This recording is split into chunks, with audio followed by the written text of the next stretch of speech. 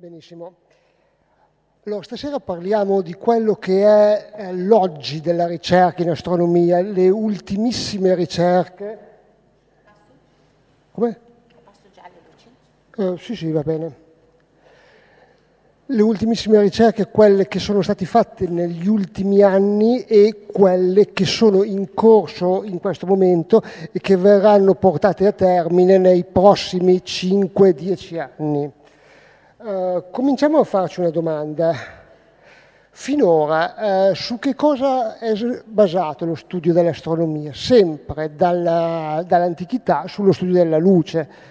Le stelle ci mandano la luce che emettono, i pianeti ci mandano la luce che riflettono e dall'antichità fino al 1600 con l'invenzione del cannocchiale sono state osservate a occhio nudo. Poi con l'invenzione del cannocchiale, giusto appunto, abbiamo ampliato moltissimo le nostre capacità di osservare e alla fine, all'inizio del Novecento, abbiamo imparato a usare anche altre fonti di luce, tipo per esempio le tutte le onde elettromagnetiche, come per esempio i raggi X, i raggi gamma, le onde radio, gli infrarossi. Ma tutte queste sono comunque luce che magari i nostri occhi non riescono a percepire perché sono adatti solo alla luce visibile, però comunque sono forme di luce.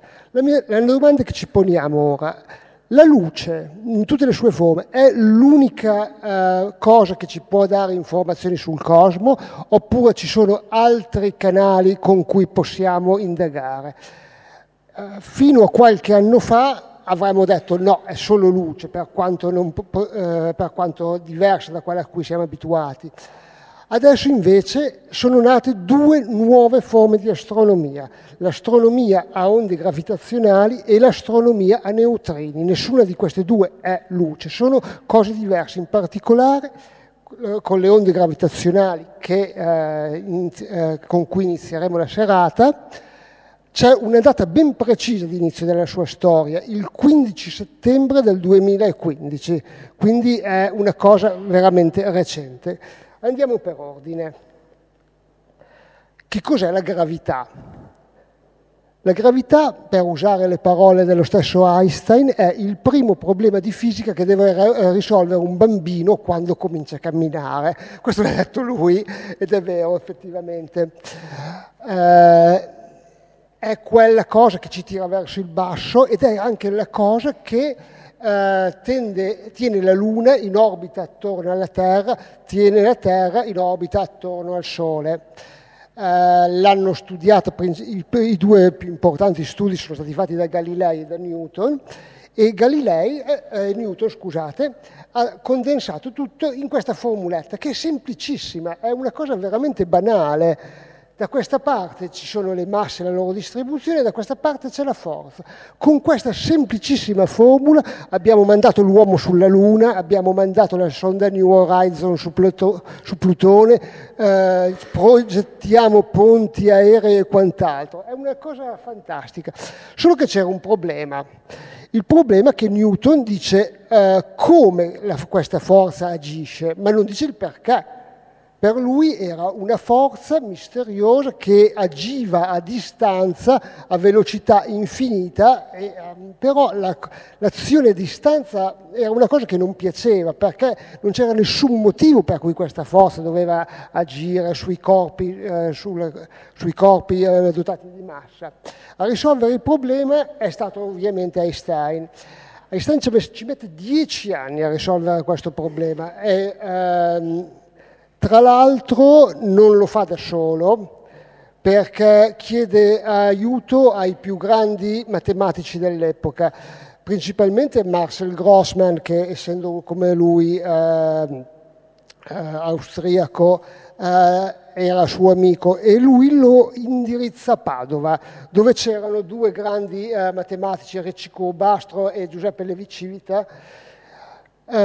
Loro in 10 anni riescono a risolvere l'equazione della gravitazione generale. È un'equazione di una difficoltà poderosa, ma dovendola condensare in poche parole possiamo dire che non esiste più una forza strana, una forza a distanza che tira i corpi uno verso l'altro, ma semplicemente la presenza di una massa della Terra, per esempio, incurva, no, non dovevo andare avanti, incurva lo spazio-tempo. Vicino a un pianeta la luce non segue più una linea dritta, ma curva seguendo quello che la massa gli impone di fare. Infatti la Terra, per esempio, che gira attorno al Sole, a questo punto non ha più bisogno di una forza che la tenga attaccata, semplicemente segue la curvatura dello spazio-tempo che il Sole crea. Questa è una visione a 3 dimensioni, non è del tutto corretta, però ci dà l'idea di che cosa fa la presenza di massa. Benissimo. Se noi dobbiamo visualizzare questa curvatura, possiamo pensare a un tappeto elastico. Il tappeto è lo spazio, le due masse lo incurvano e vediamo che se noi lanciassimo una pallina molto sottile, lei seguirebbe questa curvatura. Ma mettiamo che queste due masse fossero due stelle neutroni, due buchi neri, due cose di grande massa, e ruotano una attorno all'altra. Che cosa succederebbe? Finché stanno fermi, creano la loro fossetta e la cosa finisce lì. Nel momento in cui queste cominciano a girare, la curvatura è cambiata. Prima era in questi due punti, adesso è in questi due punti. E se questi continuano a girare, cosa succederà? Lo spazio-tempo continuerà a cambiare di forma. Questa è l'onda gravitazionale. Se noi facciamo girare le due masse su un tappeto elastico, questo comincerà a vibrare. Due stelle a neutroni che girano una attorno all'altra fanno vibrare lo spazio-tempo. È come se noi avessimo una barca. Nel momento in cui è ancorata e ferma al porto, sicuramente sposterà un pochino di acqua sotto la sua carena per poter galleggiare. Se io accelero la barca, crea l'onda. L'equazione funzionava benissimo, però a questo punto bisognava rilevarle, e rilevare le onde gravitazionali, ha capito subito lo stesso Einstein, era una cosa molto molto difficile, perché sono estremamente poco potenti. Infatti, prima di tutto, se un corpo sferico girasse, non creerebbe nessuna onda, ci vuole una simmetria. Einstein allora ha fatto alcuni conti e ha detto: se noi provassimo a prendere una barra di acciaio dal diametro di 2 metri e dalla lunghezza di 20 metri, un bestione, una roba da matti, la facciamo ruotare su se stessa fino al punto di rottura, creerebbe un'onda gravitazionale della potenza di 10 alla meno 50 watt, cioè 0,000000049 zeri, praticamente è assolutamente irrilevabile. Infatti lui ha detto: secondo me non ce la faremo mai a poter fare una misura di questo tipo, rimarrà un calcolo teorico. E invece qualcuno ci prova. Non solo, ma prima che le onde fossero rilevate, è già stato dato un Nobel proprio per le onde gravitazionali. Questo l'hanno preso due astronomi americani, Hals e Taylor, che negli anni 70 lavoravano nel radiotelescopio di Arecibo.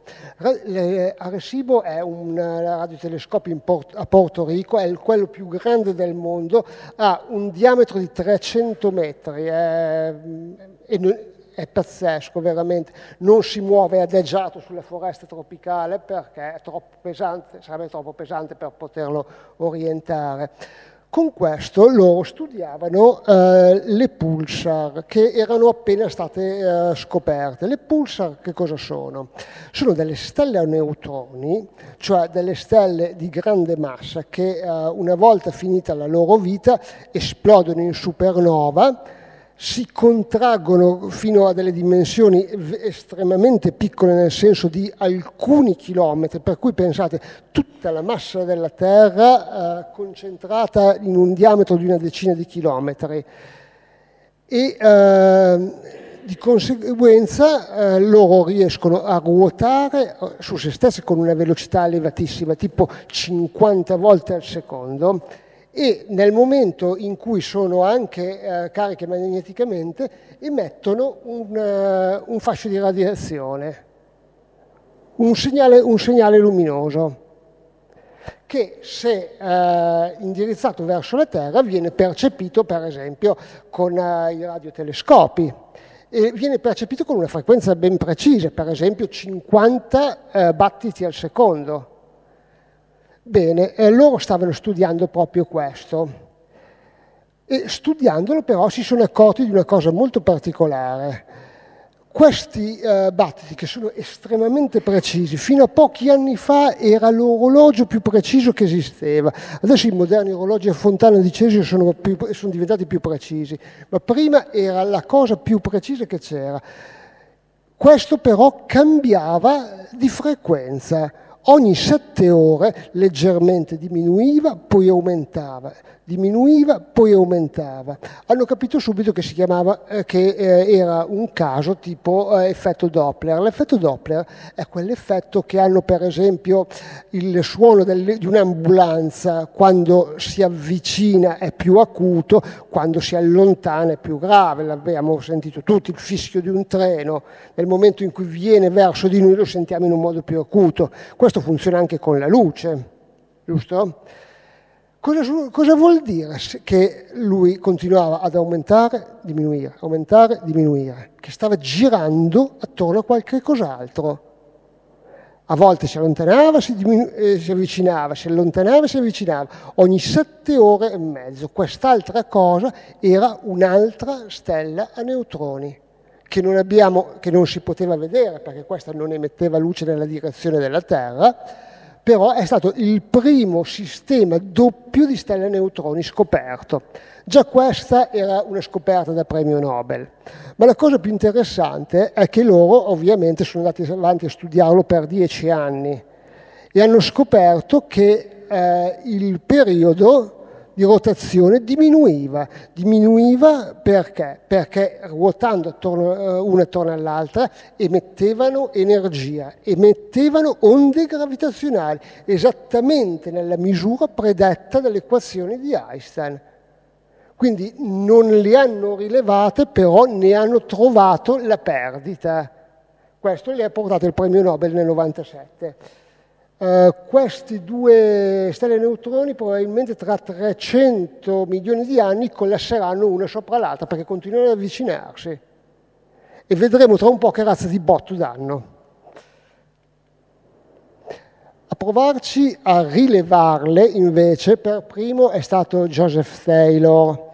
Lui era un marinaio, ha lavorato tutta la vita in marina, e fondamentalmente perché era di famiglia abbastanza povera. Lui voleva studiare, però non avendo la possibilità di iscriversi all'università ha fatto la carriera militare in modo da poter accedere agli studi, e ha creato queste barre di risonanza. Non è mai riuscito a rilevarle, le onde gravitazionali. Praticamente l'onda, nel momento in cui passava, doveva mettere in vibrazione questi cilindroni di alluminio, e la vibrazione doveva segnalare il passaggio dell'onda.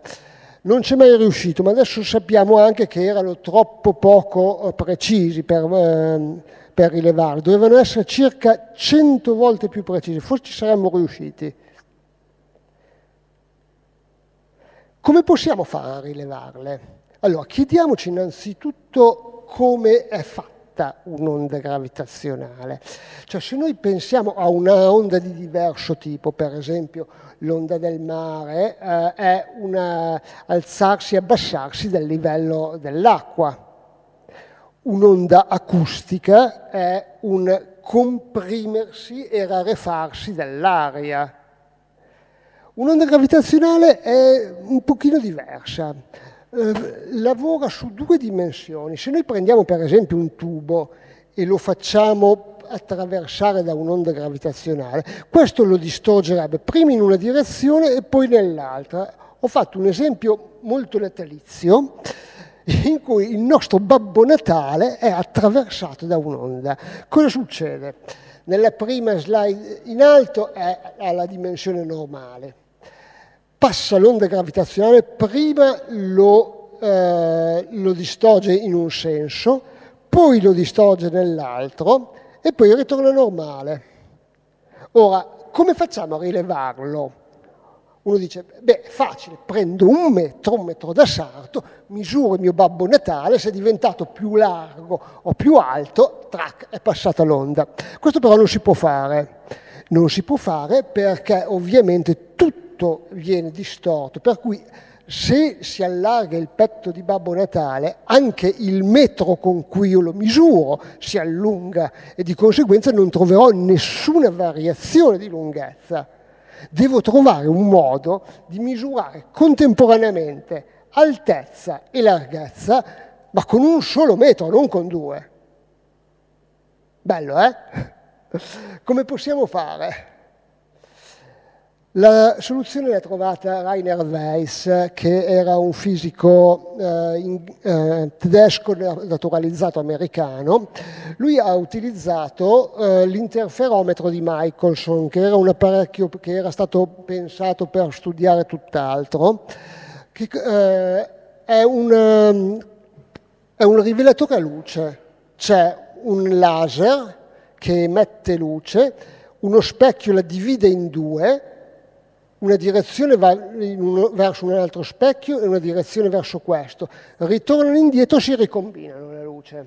Cosa succede? Nel momento in cui la luce si ricombina, la luce è un'onda, vi ricordo che la luce è un'onda elettromagnetica e quando due onde si incontrano fanno dei chiari e degli scuri, dei chiari e degli scuri.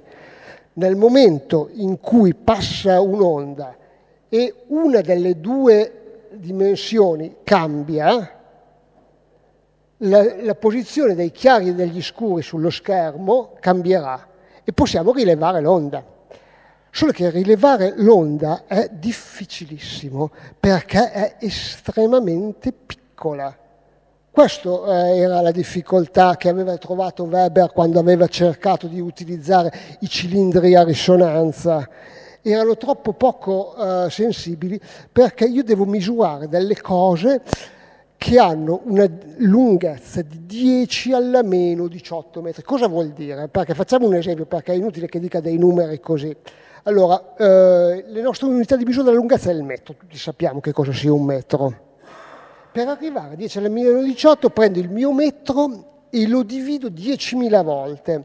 Ho più o meno lo spessore di un capello, circa, almeno in ordine di grandezza. Prendo il capello, lo divido ancora 100 volte, arrivo alla dimensione di un batterio. Prendo il batterio, lo divido ancora 10.000 volte, ho la dimensione di un atomo. Prendo il mio atomo, lo divido ancora 100.000 volte, ho la dimensione di un protone. Prendo il protone, lo divido ancora 1.000 volte, ottengo l'onda gravitazionale. Questa è la variazione di lunghezza che io devo essere capace di rilevare. Capite che è una misura pazzesca da fare. Questo, per fare questo quindi ci vogliono interferometri molto lunghi, perché se io dovessi misurare una variazione su un metro è troppo piccola, devono essere lunghi alcuni chilometri. Questi sono i più importanti, esistono due in America, i due interferometri LIGO e Virgo, che ce li abbiamo qui in Italia, in provincia di Pisa, a Cascina. In questi due tubi ci sono i laser, che come vi dicevo prima, nel momento in cui passa un'onda gravitazionale, possono variare lo spessore della frangia di interferenza e li si possono misurare. Per misurare questo Bisogna essere incredibilmente precisi. Questo è l'interno di Virgo, quello italiano. È lungo 3 chilometri il tubo. C'è un vuoto assoluto all'interno, nel senso che qualsiasi molecola d'aria, anche piccolissima, disturberebbe il laser. Per fare un vuoto di questo tipo i tubi sono stati ricotti per mesi, nel senso che nel momento in cui si fonde un tubo d'acciaio rimangono intrappolate delle molecole d'aria, pochissime, però ci sono dentro. Queste molecole d'aria potrebbero evaporare e vanificare il vuoto assoluto che ci deve essere all'interno del tubo. Questo è sorretto, non è appoggiato per terra, ma è sorretto da martinetti comandati dal computer, in modo che se ci fosse un abbassamento del terreno, questo lo compenserebbe. Potete pensare alla torre di Pisa, questo è un caso ovviamente eccezionale, che con un cedimento del terreno si è piegata. Qui si potrebbe piegare di una frazione di millimetro in anni, ma questa va compensata. Queste sono le lenti, allo specchio, scusate, questo sembra una lente ma uno specchio, perché in infrarosso diventa specchio, che è un cristallo ultra puro. Esiste una sola ditta in Francia in grado di costruire uno specchio di una purezza di questo tipo. Il laser riflette su di lui, è mantenuto a una temperatura vicina allo zero assoluto, perché qualunque vibrazione della temperatura mi darebbe un segnale molto più grande di quello che devo misurare. Ma non solo, pensate che pur essendo 270 gradi sotto zero, il laser principale potrebbe scaldarlo di un pochino, di un decimillesimo di grado. Per questo ci sono dei laser ausiliari, questa volta nell'ottico, nel verde mi sembra, che lo riscaldano lateralmente in modo che questo non si deformi. Gli specchi ovviamente non possono essere posizionati per terra, perché qualunque vibrazione sismica, ma anche il passaggio di un'auto, potrebbe farli vibrare, vanificando completamente la misura. Sono stati montati su quello che si chiama superattenuatore, che è stato inventato dal nostro Alberto Gezzotto ed è stato utilizzato anche nei 2 interferometri americani. È una torre alta 10 metri in cui una serie di 7 pendoli cancellano completamente qualunque tipo di vibrazione che il terreno può dare all'interferometro. Ma pensate che le vibrazioni che dobbiamo cancellare sono così piccole che sarebbe in grado di sentire il frangersi delle onde del mare sulla spiaggia, solo che la spiaggia è lontana 30 km da qua e lui le avvertirebbe comunque. Hanno dovuto togliere le piante vicino al tubo, perché nel momento in cui c'era vento le onde date dalle foglie che il vento faceva muovere avrebbero dato anche queste una vibrazione troppo grande. Capite che è una misura di una precisione folle, eppure è stata coronata da successo. Come vi dicevo, il 14 settembre del 2015 abbiamo avuto la prima rivelazione di onda gravitazionale. È stata rilevata purtroppo solo dai due interferometri americani, perché quello italiano era spento per manutenzione. Vabbè. Che cosa è successo? Ha trovato che 2 buchi neri, mai visto prima, negli ultime frazioni di secondo della loro vita c'erano questi 2 buchi neri che giravano uno attorno all'altro. Questi che vedete sono le onde rilevate, uno dall'interferometro di Livingston e uno di Hanford, che vengono posti molto lontani in modo da annullare qualsiasi effetto locale. Perché ovviamente se mi passa un camion vicino al mio interferometro è difficilissimo che passi un camion che faccia la stessa forma d'onda a 4.000 km di distanza, giusto? Cosa è successo? Questi 2 buchi neri che per milioni di anni hanno ruotato uno attorno all'altro, sono arrivati così vicino che si sono urtati. Negli ultimi frazioni di secondo le onde gravitazionali emesse sono diventate sempre più potenti, sempre più, hanno aumentato sia la frequenza che l'ampiezza. Qui si sono toccati in questo punto, esattamente dove c'è quest'onda, hanno creato un unico buco nero che immediatamente si è rilassato assumendo una forma sferica e l'onda si è annullata, perché quando c'è un oggetto sferico non può emettere onde gravitazionali. L'evento è stato di una violenza veramente devastante. Pensate che i due buchi neri in oggetto avevano uno la massa di 29 e uno di 36 soli, quindi delle masse incredibili. Bene, la loro somma dovrebbe essere 65 soli.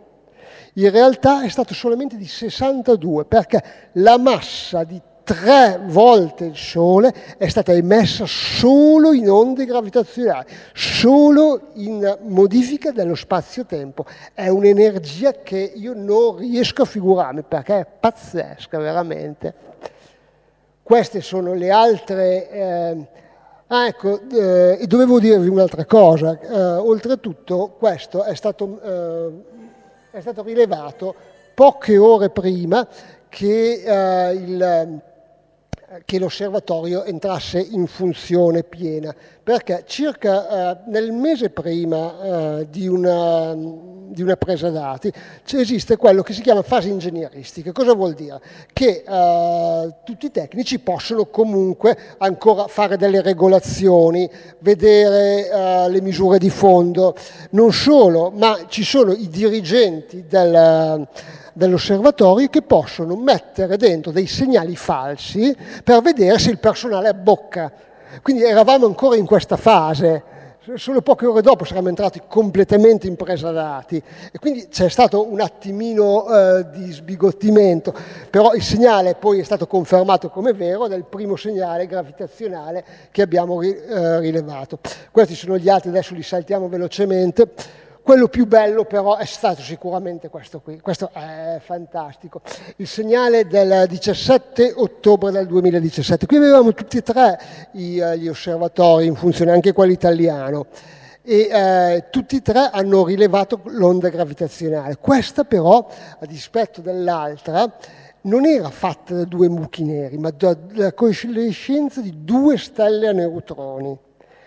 A differenza dei buchi neri, le stelle a neutroni emettono anche luce, infatti anche i telescopi che lavorano nei raggi gamma e nei raggi X hanno rilevato la presenza di un gamma ray burst, un lampo di luce gamma, in coincidenza con queste due stelle a neutroni che si sono incontrate. Questo è stato secondo me una delle cose più interessanti degli ultimi anni, perché ci ha fatto capire una classe di fenomeni che finora non era mai stato studiato, quello della kilonova.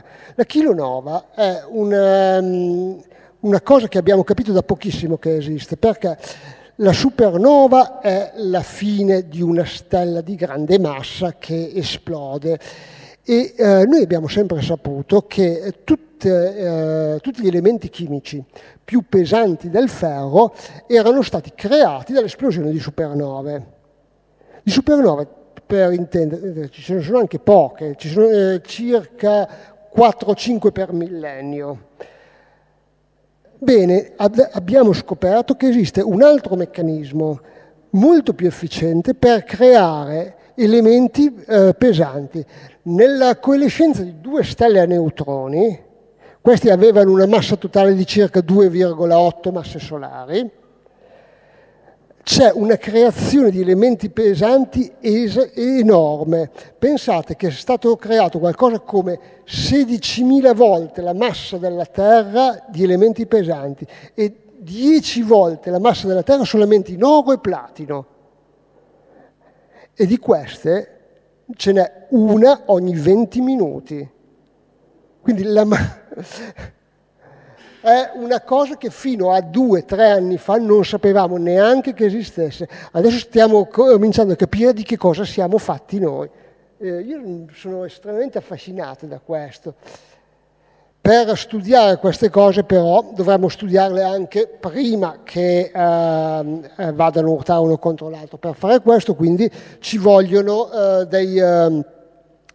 dei rilevatori ancora più precisi. Questo è un progetto futuro, è un rilevatore europeo con bracci che dovranno essere lunghi 10 km, non sanno neanche ancora dove sarà costruito. Uno dei siti candidati è una miniera abbandonata all'interno della Sardegna, più o meno in questo punto qua, però per ora non è ancora stato deciso nulla.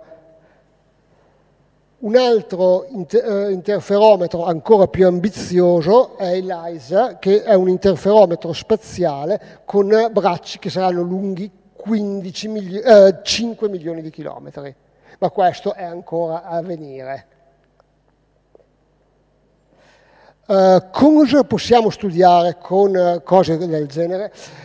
Sicuramente le onde gravitazionali molto più leggere, quelle prodotte dal Big Bang, per esempio, quelle prodotte da corpi che stanno ruotando uno attorno all'altro come buchi neri, stelle neutroni, prima che vadano a ruotare uno contro l'altro, e l'esplosione delle supernove.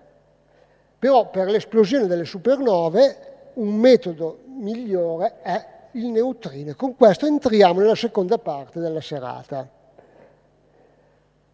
Che cosa sono i neutrini? I neutrini sono una particella bellissima, secondo me. Questo è un rilevatore di neutrini. Quello che vedete dietro è il Super Kamiokande, che è il rilevatore giapponese che rileva neutrini principalmente solari. Perché il neutrino l'ho rappresentato come un fantasma? Perché il neutrino ha la caratteristica di interagire pochissimo con la materia. Ma quando dico pochissimo, intendo veramente pochissimo, nel senso che può attraversare strati di materia spessissimi senza essere intercettato, può attraversare completamente la Terra senza interagire con nessuna molecola che la compone. È stato calcolato che per avere la metà delle possibilità, il 50% di possibilità di fermare un neutrino, bisognerebbe costruire un muro di piombo, spesso, sapete quanto? 10 anni luce, non di chilometri, 10 anni luce, per avere la metà delle possibilità di fermarlo. È un vero fantasma, eppure ce ne sono tantissimi. Pensate che il Sole, per esempio, è un grandissimo emettitore di neutrini. Ne emette, adesso non mi ricordo il numero, comunque grosso modo in ogni centimetro quadrato, per dire la dimensione di un'unghia, ogni secondo è attraversato da circa 60 miliardi di neutrini. Anche in questo momento, anche quando il Sole non c'è, perché il neutrino ovviamente se ne frega, attraversa la Terra e ci arriva da sotto. Non solo, ce ne sono, i neutrini vengono emessi da rocce radioattive. Io stesso in questo momento vi sto inondando di neutrini e voi fate la stessa cosa con me, perché la cosa è reciproca, nel senso che nel nostro corpo ci sono alcuni grammi di potassio. Un particolare isotopo del potassio è il potassio 40, che è debolmente radioattivo. E nel momento in cui questo decade emette un neutrino. In questo momento io sto emettendo neutrini verso di voi. Ogni giorno una persona umana emette circa 340 milioni di neutrini e nessuno se ne accorge. Chi è che ha postulato l'esistenza di questa particella? Perché è stata quasi inventata a tavolino praticamente. Pauli è stato un grande fisico austriaco, qualche problema di comportamento, qualche eccesso dell'uso di alcol, però una persona assolutamente geniale. Stava studiando Il decadimento beta. Il decadimento beta è, la faccio molto semplice, è quando un nucleo atomico emette un elettrone e si trasforma in un qualche cos'altro. Questo qui per esempio è un cristallo di bismuto che lui aveva studiato. Questo qui è un cristallo naturale, sembra un oggetto da orefice, ma è un cristallo naturale. Il piombo decade, emette un elettrone e si trasforma in un qualche cos'altro. Perché questa cosa faceva diventare matti i fisici degli anni 30, ma veramente matti, perché il nostro elettrone usciva sempre con energie diverse, sempre con velocità diverse, e nessuno se lo spiegava. Facciamo un esempio: se questo fosse stato la bottiglia di spumante, l'atomo che emette, e il tappo l'elettrone emesso, ok? Il tappo doveva uscire sempre con la stessa velocità, perché un isotopo di ogni elemento è uguale all'altro, l'energia è sempre la stessa. E invece usciva sempre con velocità diverse e sempre inferiori a quanto avevamo calcolato. Dove andava a finire l'altra parte dell'energia? Pauli ha postulato l'esistenza di una seconda particella, che qui io ho raffigurato come la reticella però dà l'idea, dai. In questo decadimento doveva esserci un'altra particella, che lui ha chiamato neutrone, non neutrino, neutrone l'ha chiamato, che portava via la seconda parte di energia. Questa particella però doveva essere estremamente leggera, al limite senza massa, e avere questa capacità di passare attraverso ogni cosa senza essere intercettata, per cui lui stesso ha detto: io la butto lì, però secondo me non riusciremo mai a misurarla. Solo che alcuni anni dopo, cioè 2 anni dopo per la precisione, Chadwick, che era quello che ha scoperto il neutrone, ha scoperto il vero neutrone, a questo punto la particella di Pauli non si poteva più chiamare neutrone, e Fermi l'ha ribattezzata neutrino, infatti si chiama neutrino in italiano in tutte le lingue, e l'ha incorporata all'interno del decadimento beta. Se volete poi di questo ne possiamo parlare, ma non è... Per 26 anni è stato un fantasma, poi qualcuno ha provato e è riuscito a intercettarlo. 2 fisici americani, Rice e Cowan, che erano 2 reduci del progetto Manhattan, quello con cui l'America ha costruito la bomba atomica, hanno costruito un rilevatore che era un barile fondamentalmente, pieno di acqua e di cloruro di cadmio. Se un neutrino avesse attraversato il barile e uno dei tantissimi aveva una sola possibilità di interagire con quello che c'era dentro, avrebbe creato un raggio di luce e i fotorivelatori l'avrebbero scoperto. Però ci voleva ovviamente un numero di neutrini spaventoso, molto più grande di quello che c'è normalmente nel fondo ambientale. Che cosa avevano sotto mano per creare una fonte di neutrini pazzesca? Erano gli anni 50, era appena iniziata la guerra fredda, ovviamente si testavano le bombe atomiche. Allora hanno detto: proviamo con una bomba atomica. L'hanno chiesto all'esercito, ma l'esercito non gli ha dato il permesso di poterlo fare. Questo che vedete qui, tra l'altro, è una delle rarissime fotografie che ho trovato dei primi esperimenti di bombe atomiche americane, perché i primi venivano fatti in atmosfera, cioè veniva creato un traliccio alto 30 o 40 metri, la bomba atomica veniva messa sopra la sommità di questo traliccio, così si vedeva meglio, e la facevano esplodere. Loro avevano detto: se noi prendiamo il nostro rilevatore, lo enterriamo 40 metri sottoterra, lasciamo che la bomba esploda, poi dopo qualche giorno, in modo che la radioattività è calata, andiamo a ripescarlo, vediamo un po' se riusciamo a misurare qualcosa. Ma non c'è stato niente da fare. Allora, su consiglio di Bruno Pontecorvo, un fisico importantissimo di cui tra un po' parleremo, hanno pensato di utilizzare una delle prime centrali nucleari. Le centrali nucleari emettono anche loro tantissimi neutrini. E si sono messi proprio sul muro perimetrale del reattore e finalmente sono riusciti a intercettare i primi 5 neutrini della storia. Questo è il telegramma originale con cui loro comunicano a Pauli che hanno trovato la sua particella. Bene, tutto questo è fisica delle particelle, è interessantissima, è bellissima, ma cosa c'entra con l'astronomia? C'entra tantissimo perché proprio negli stessi anni in cui Cowan e Rains stavano facendo questi studi, il Caltech, il California Institute of Technology, avevano preso Swickley e Blade, due fisici, anche loro di origini tedesche, ma uno svizzero e uno tedesco, e li aveva messi a studiare le supernove. Loro sono tra i maggiori studiosi di supernove che sono mai esistiti. Swickley ne ha trovate 123 nuove in tutta la sua vita, ovviamente in galassie lontane.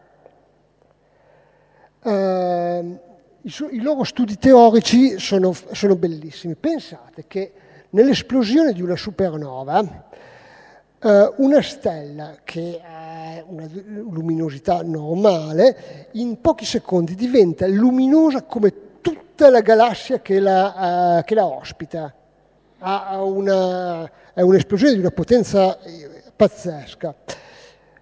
Però non è niente questo, perché tutta questa luce, che è spaventosa, comunque è solamente lo 0,1% di tutta l'energia emessa. Il 99,9% dell'energia emessa è emessa sotto forma di neutrini. Questo secondo i calcoli teorici di queste due persone. Bisognava provarlo, ovviamente. Solo che è difficile avere una supernova sotto mano, soprattutto una supernova vicina alla nostra galassia, perché, come vi dicevo, ne esplodono 4-5 al millennio più o meno, almeno quelle visibili. Fortunatamente nell'87 è esplosa una galassia nel grande numero di Magellano, che è una galassia, non è proprio la nostra galassia, ma una galassietta vicino alla nostra, per cui l'abbiamo studiata molto bene. Ed effettivamente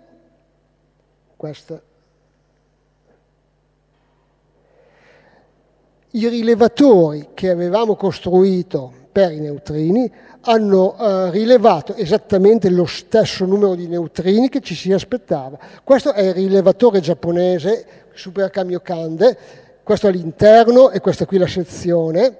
È un rivelatore di acqua, pieno di acqua fondamentalmente, è alto 42 metri e largo 39, e è completamente ricoperto di fotomoltiplicatori, e nel momento in cui un neutrino interagisce con un elettrone, questo emette per luce Cherenkov e i fotorivelatori lo rilevano. Questo è un modo per fare astronomia, perché la luce emessa mantiene la direzione del neutrino incidente, per cui possiamo sapere da dove è arrivato. Questo è il rivelatore russo.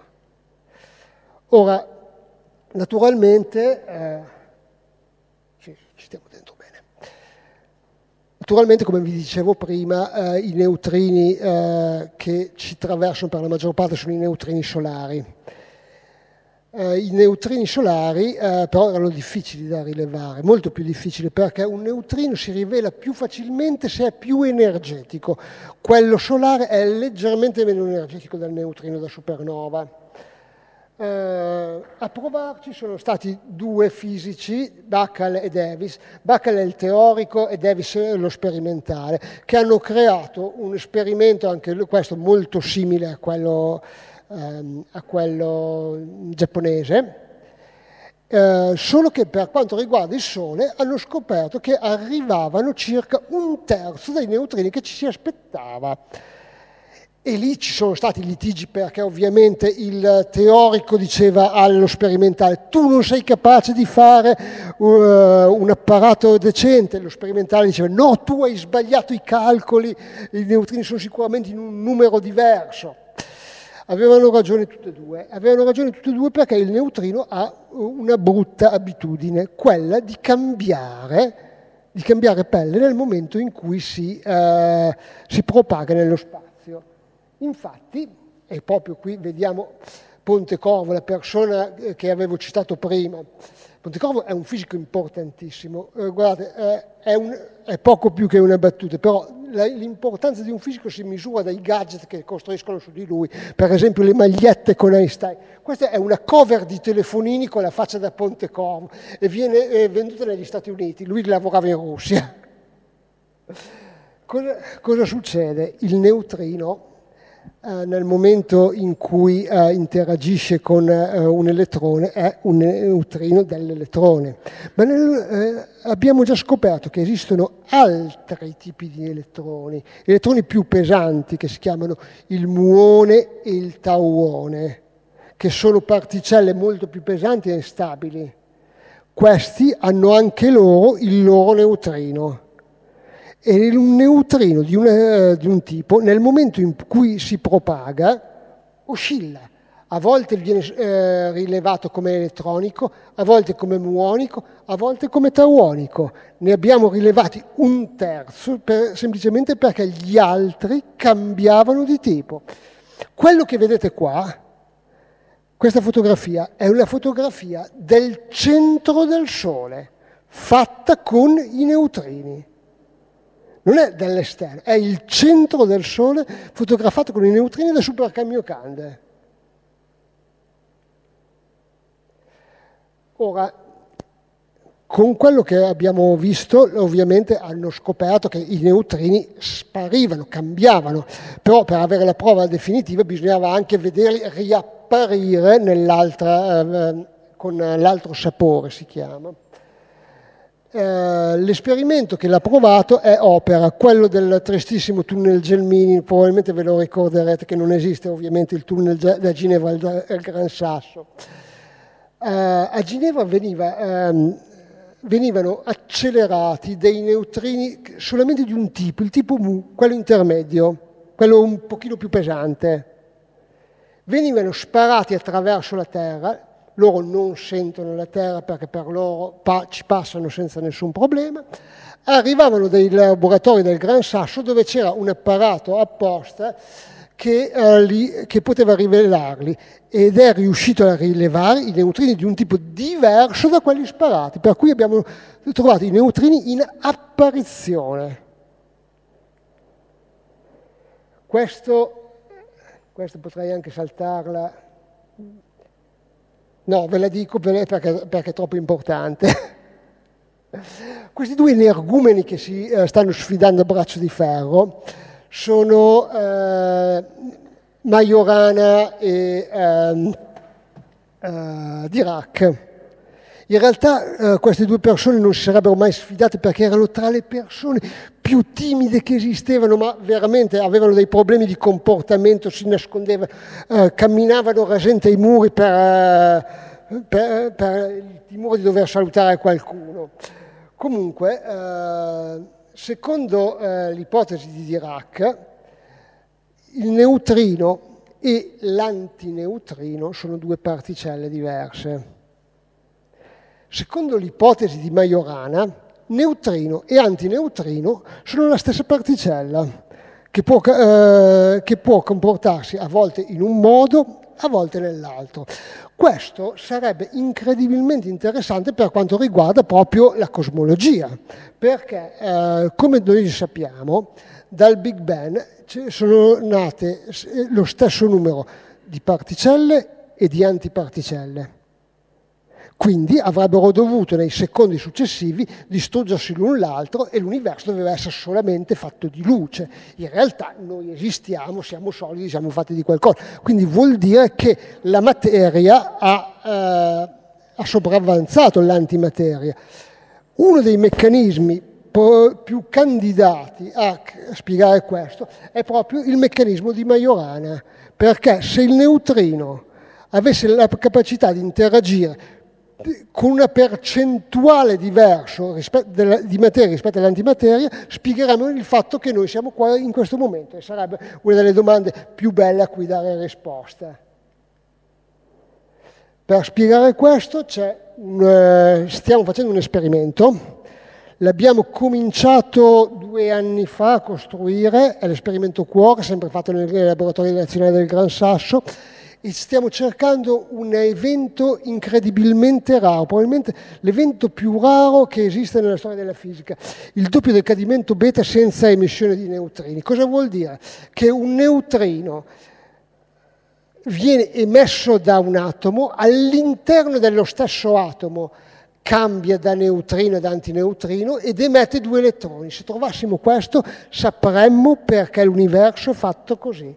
Per fare questo abbiamo creato questo rilevatore, l'abbiamo messo sottoterra nel Gran Sasso perché deve essere schermato dai raggi cosmici, e l'abbiamo schermato con una schermatura di piombo antico, di piombo che abbiamo trovato in un relitto di una nave romana affondata 2200 anni fa al largo della Sardegna. Questo quindi aveva perso completamente qualsiasi traccia di radioattività ed era stato per 2000 anni al riparo dai raggi cosmici, quindi è uno schermo ideale. L'esperimento è appena partito, è in presa dati dalla fine del 2018, per cui speriamo entro pochi anni di avere una risposta definitiva sull'antimateria e la materia nel nostro universo. Da dove vengono? Ve l'avevo già detto, vabbè, Sole, centrali nucleari, supernove e Big Bang, per rilevare però quelli più... sia quelli più energetici da supernove, sia quelli meno energetici che potrebbero essere i neutrini fossili del Big Bang. All'interno di ogni centimetro cubo di spazio esistono circa 300 neutrini fossili creati quando l'universo è stato creato, però hanno un'energia bassissima ed è difficilissimo rilevarle. Cosa bisogna fare? Avere un rilevatore molto grande. Quanto grande? Allora, questo è il Super Kamiokande, quello che vi dicevo prima, circa 40 x 40 metri. Questo è l'Iper Kamiokande, un rivelatore molto più grosso che è stato progettato e finanziato dal governo giapponese. Io non l'avrei finanziato questo progetto, sinceramente, perché per quanto grande non è abbastanza grande. Per fare certe rilevazioni ci vuole un apparato molto, molto più grande. Quanto grande? Così, circa 1 chilometro di lato. Questo è il nostro, quello di prima, un rilevatore del genere. Voi direte, ovviamente, nessuno finanzierà mai la costruzione di una roba del genere. Non solo è stato finanziato, ma già esiste ed è già funzionante. Ovviamente non si può costruire una piscina lunga 1 chilometro, quindi bisogna prendere qualche cosa di già fatto. E che cosa di meglio del ghiaccio del Polo Sud? Ice Cube è un esperimento quasi completamente americano in cui sotto i ghiacci del Polo Sud hanno calato delle corde, questo viene trapanato, vengono create delle corde con tanti fotomoltiplicatori. Questo per darvi un'idea, allora, da qui a qui è lo spessore di ghiaccio sopra che serve solamente da protezione. Da qui a qui sono tutte queste corde con i fotomoltiplicatori. Questa è la dimensione della Torre Eiffel per dare un'idea della dimensione dell'oggetto. A dispetto delle dimensioni è una cosa che costa relativamente poco, nel senso che il costo è stato tutto il posizionare queste cose qui, però poi là di fatto ci sono solamente un paio di tecnici, perché tutta la presa dati viene effettuata da un'università sul lungomare della California sotto le palme, per cui non hanno problemi di andare al Polo Sud. Sì. Questo è nel momento in cui viene messa una stringa, viene fatto il buco con acqua ad alta pressione, e una volta Una volta posizionato, poi il buco si chiude e la stringa non è più amovibile, cioè nel senso che non si può accedere per aggiustarla. Il ghiaccio, tra l'altro, è incredibilmente trasparente, perché il ghiaccio normalmente contiene molta aria, ma quando è sotto pressione diventa estremamente trasparente ed è un rivelatore perfetto. Solo che questo rivela, che è al polo sud, rivela principalmente particelle che arrivano dal polo nord, attraversano la Terra e ci arrivano. Ce ne vuole un altro dalla nostra parte per rilevare quelle che arrivano dal polo sud. Lo stiamo costruendo e lo stiamo costruendo in Italia. Questa è una collaborazione internazionale, si chiama NEMO. Al contrario dell'altro usa acqua come rivelatore. È in Sicilia, al largo di Capopassero. Anche questo qui è formato da torri che hanno tanti fotomoltiplicatori. Nel momento in cui il neutrino interagisce con una delle molecole d'acqua, dà un segnale ben preciso che possiamo rilevare. Finora abbiamo montato la prima torre, per cui ci vorranno alcuni anni perché diventi operativo. Queste sono le torri, che sono in realtà dei cavi con i fotomoltiplicatori ancorati al fondo e con una boa che li tiene in tensione. Possono ovviamente oscillare leggermente, ma c'è un sistema tipo GPS che compensa qualsiasi tipo di movimento. E visto che stavano cominciando a costruirlo, hanno pensato di metterci su anche dei microfoni. Questo non perché il neutrino potesse essere ascoltato, ma perché da quelle parti passavano i capodogli. Intanto che c'erano, mettendo un microfono, studiano anche le migrazioni dei capodogli. Questo non c'entra niente ovviamente con la fisica, però è una nota di folklore che mi piaceva sottolineare. Ultima cosa, poi giuro che ho finito. Di neutrini ne esistono 3 tipi. Ci sono indicazioni molto fondate che ne possa esistere anche un 4º tipo, quello che viene chiamato il neutrino sterile. Il neutrino sterile è un neutrino che non ha nessuna possibilità di interagire con la materia, perché non è soggetto neanche all'interazione debole. Potrebbe interagire solo con l'interazione gravitazionale. Sarebbe molto interessante capire l'esistenza di questo neutrino, perché sarebbe un ottimo candidato alla materia oscura, quella materia che fa sì che le galassie ruotino come le vediamo, che si compattino come lo sappiamo, però ci manca una grande quantità di materia, una materia che non possiamo vedere. Probabilmente una delle componenti della materia oscura potrebbe essere un neutrino sterile, che però potremmo sapere solamente se avessimo una statistica molto molto più precisa delle oscillazioni degli altri neutrini. Con questo ho finito, vi saluto dicendo che adesso abbiamo 2 tipi di nuovi occhi per studiare il cosmo e l'astronomia. Le potentissime onde gravitazionali e i leggerissimi neutrini, secondo me, ci apriranno una via di conoscenza che fino a 2 o 3 anni fa neanche ce lo immaginavamo. Io spero che domande tipo sulla materia oscura o sulla barionogenesi primordiale dopo il Big Bang possono avere una risposta nei prossimi 5-10 anni, non di più. E con questo ho concluso.